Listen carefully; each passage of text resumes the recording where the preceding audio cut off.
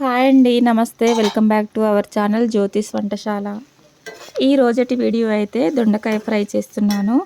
మామూలుగా అయితే దొండకాయ ఫ్రైలో టమాటాలు వేసి దొండకాయ ఫ్రై చెయ్యరు. కానీ నేను ఇక్కడ టమాటాలు వేసి దొండకాయ ఫ్రై చేస్తున్నాను.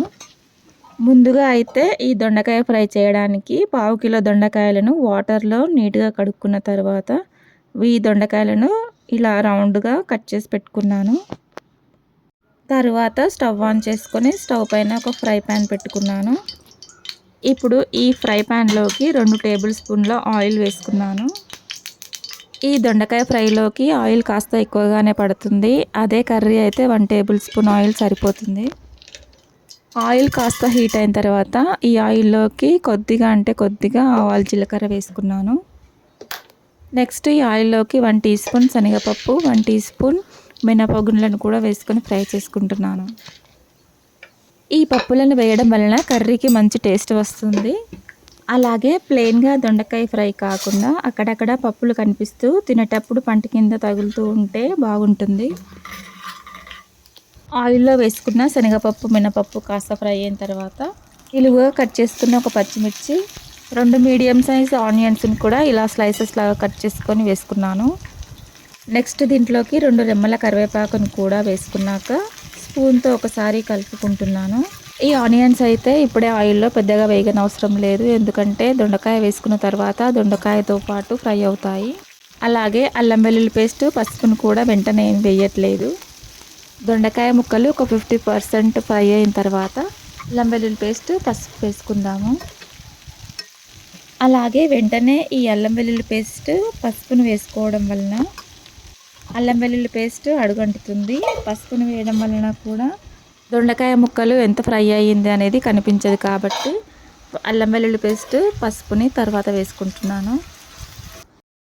ఈ విధంగా దొండకాయ ముక్కలను వేసుకున్నాక స్పూన్తో ఒకసారి మంచిగా కలుపుకొని ఫ్లేమ్ని సిమ్లో పెట్టి ఒక 5 మినిట్స్ పాటు ఫ్రై అవ్వనివ్వాలి. చూసారు కదండి, దొండకాయ ముక్కలు ఒక 50% ఉడికిపోయాయి. ఇప్పుడు దీంట్లోకి అల్లం వెల్లుల్లి పేస్ట్, పసుపును వేస్తున్నాను. ఇలా పసుపు, అల్లం వెల్లుల్లి పేస్ట్ వేసుకున్నాక ఈ అల్లం వెల్లుల్లి పేస్ట్ దొండకాయ ముక్కలకు పట్టే విధంగా బాగా కలుపుకోవాలి. ఇలా దొండకాయ ముక్కలను మంచిగా కలుపుకున్న తర్వాత ఇంకో 5 మినిట్స్ పాటు మూత పెట్టేసుకొని మగ్గించుకోవాలి.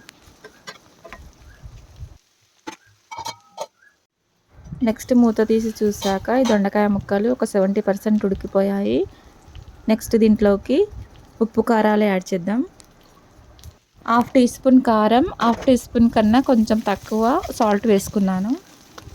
ఇప్పుడు ఈ ఉప్పు, కారాలు దొండకాయలకు బాగా పట్టే విధంగా ఒకసారి కలుపుకోవాలి. దీనిపైన మూత పెట్టేసి ఒక 5 మినిట్స్ పాటు మగ్గించుకోవాలి.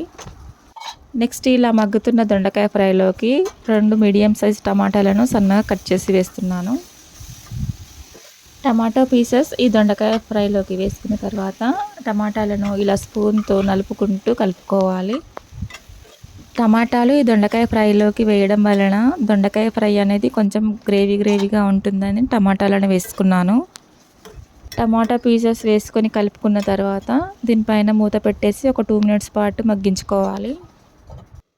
2 మినిట్స్ తర్వాత మూత తీసి చూసాక టమాటాలు పూర్తిగా మగ్గిపోయాయి. ఇప్పుడు ఒకసారి కలుపుకొని 2 మినిట్స్ తర్వాత మూత తీసి చూసాక టమాటాలు పూర్తిగా మగ్గిపోయాయి. ఇప్పుడు ఈ దొండకాయ ఫ్రైని మంచిగా ఒకసారి కలుపుకొని సన్నగా కట్ చేసి పెట్టుకున్న కొత్తిమీర తరుగును దీనిపైనుంచి వేసుకొని కలుపుకోవాలి.